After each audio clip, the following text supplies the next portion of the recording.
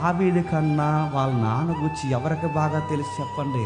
మా నాన్న ఏ టైంలో ఎలా ఉంటాడు నాకు బాగా చెప్పండి తెలుసు. కూతురు తెలియదా? నాన్న ఏ టైంలో ఎలా ఉంటాడు కూతురు తెలియదా? నిజమైన భార్యవైతే నీ తండ్రి సన్నాసి పనులన్నీ కవర్ చేయకుండా, నేను మళ్ళీ చెప్తాను, నీ భర్తకే హామ్ చేసేలా నీ తండ్రి ఉంటే ఆ టైంలో నువ్వు తీసుకోవాల్సిన స్టాండింగ్ ఎవరి పక్షాన్ని తెలుసా? నీ భర్త, నీ కాపురం, నీ పిల్లలు, నీ భవిష్యత్తు, నీ జీవితంతో ముడిపడిన నీ భర్త.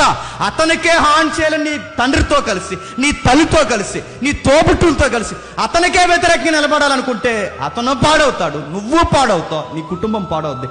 ఏమన్నా సాధిస్తావా? అందుకే తనకు అర్థమైంది. మీకాలు అంటుంది, మా నాన్న ఎలాంటోడు తెలుసు, మా నాన్న ఏ టైంలో ఎలాంటి పనులు చేస్తాడో నాకు తెలుసు. అప్పుడప్పుడు మీమ్స్ వస్తుంటాయి చూస్తారా, మీమ్స్, రీల్స్. ఆ రీల్స్లో వాళ్ళ పేరెంట్స్ అంటే ఈ భార్యలు వాళ్ళ పుట్టింటోళ్ళను పొగడం అంటే ఎవరెస్ట్ ఎక్కినట్టు పొగడేస్తారంట. మా నాన్న ఎలాగా చెప్పండి, మా అమ్మ ఎలాగా, మా చెల్లి ఎలాగా చెప్పండి, ప్రపంచంలో తెలివైనడు మా తమ్ముడే చెప్పండి, ప్రపంచంలో ప్రేమ ఉన్నది ఎవరన్నా మా అమ్మే చెప్పండి, ప్రపంచంలో ఎవరన్నా ఓర్పు సహనం కలిగిన మా నాన్నే. అంటే ఇంకేళ్ళే అందరూ ఈవిడ తాలూకులే మంచోళ్ళు. సరే ఈసారి మా తాలూకులు చెప్పంటే ప్రపంచంలో కుళ్ళుమోహన్ ఎవరన్నా ఉన్నారంటే మీ అమ్మాయి అన్నట్ట.